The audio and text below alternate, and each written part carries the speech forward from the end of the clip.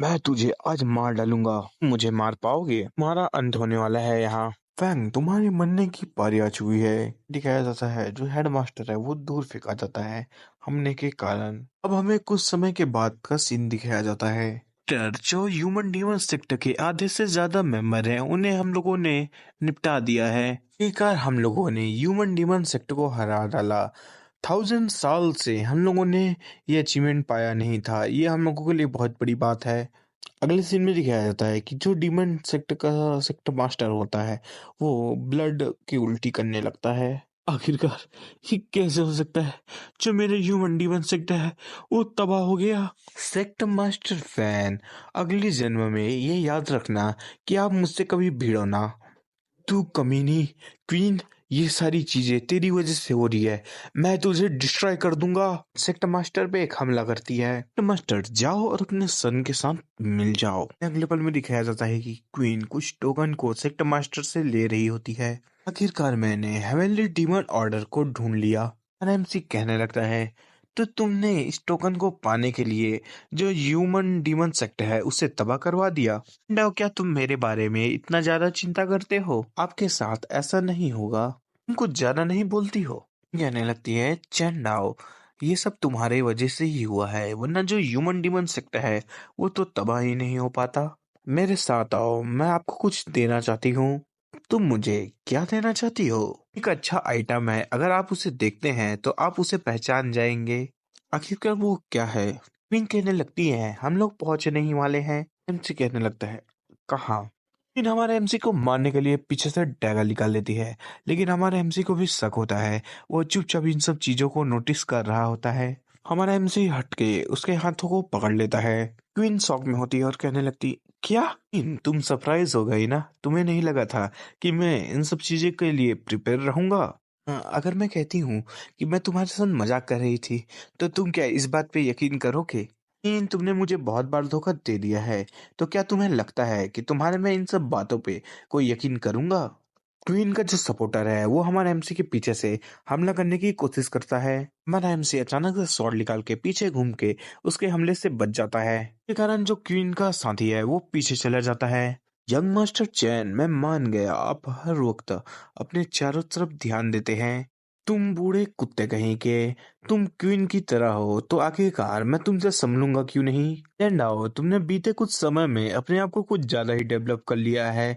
तुम ऐसे व्यक्ति हो इसके ऊपर हमेशा नजर रखनी चाहिए। क्वीन, ये सब बकवास बातें करना बंद करो। अगर तुम लड़ना चाहती हो तो चलो शुरू करते हैं।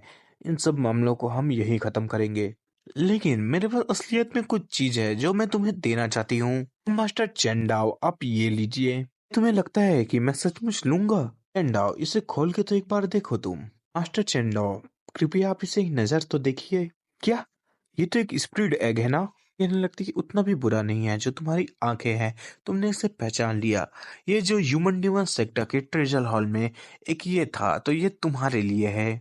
तो तुम जानते ही हो कि मैं ईमानदार हूँ। चीजों को देखने के बाद हमारे हमसे कुछ नहीं कहता, आगे जाता है और उसे ले लेता है। जाने लगती है और कहने लगती है चैंडाओ, अगर ऐसा है तो मैं होप करती हूँ कि तुम और मैं कभी एक दूसरे से ना मिले, और मैं यहाँ से जा रही हूँ। कहा जाता है जो हमारा एमसी है वो अगले पल में अपने स्वॉर्ड को निकाल लिया होता है, क्वीन के ऊपर एक हमला करता है। कहने लगती है आखिरकार तुम कर क्या रहे हो? नहीं, बस मैं तुम्हारा जो फेवर है तुम्हें वापस कर रहा हूँ। क्वीन कुछ मैजिक बॉल बनाती है और हमारे एमसी की तरफ फेंकती है। की वजह से वहां पर्पल रंग का मिस्ट आ जाता है। पड़ेगा क्वीन, तुम कुछ ज्यादा ही फास्ट हो।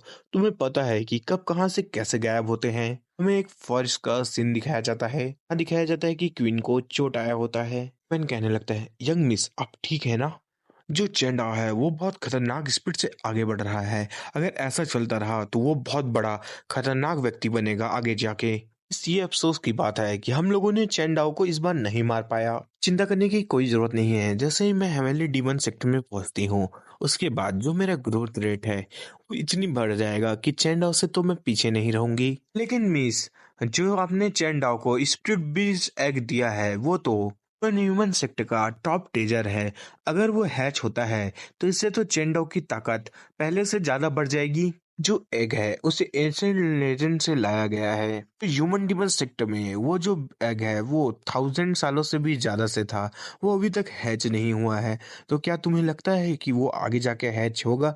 अगर वो इतनी ही कीमती चीज होता तो मैं आखिरकार उसे क्यों देती? फिर मैंने उस एग के साथ कुछ कर दिया है, जैसे ही वो हैच होता है वैसे ही उसे एक सरप्राइज मिलेगा। मास्टर कहने लगती है, आखिरकार जो डीमन ह्यूमन सेक्ट है वो तबाह हो चुका है, मैं बिलीव नहीं कर सकती। मास्टर कहने लगती है, हाँ ये तबाह हो चुका है, ये सारी चीजें चेंडाओ की वजह से ही संभव हुआ है। इस तरह हमें चेंडाओ को हाईएस्ट ऑनर देना चाहिए। ऑनर डिसाइपल, ये यांगयू एकेडमी की हिस्ट्री में आज से पहले कभी भी नहीं हुआ है।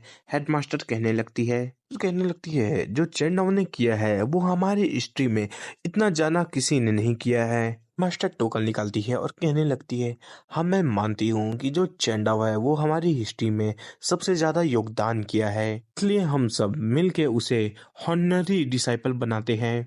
टोकन को अच्छे से दिखाया जाता है, जो कि हॉनरी डिसाइपल का टोकन होता है।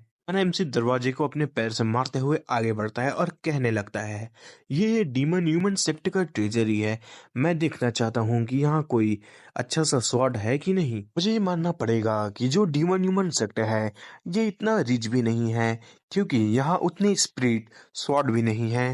ये सब कुछ नई चीजों से तो अच्छा ही है, इन सब चीजों को अब्सॉर्ब कर लो। अब हमें डायरेक्ट 1 महीने के बाद का सीन दिखाया जाता है, जहाँ चेंडाओ अपना कल्टीवेशन कर रहा होता है।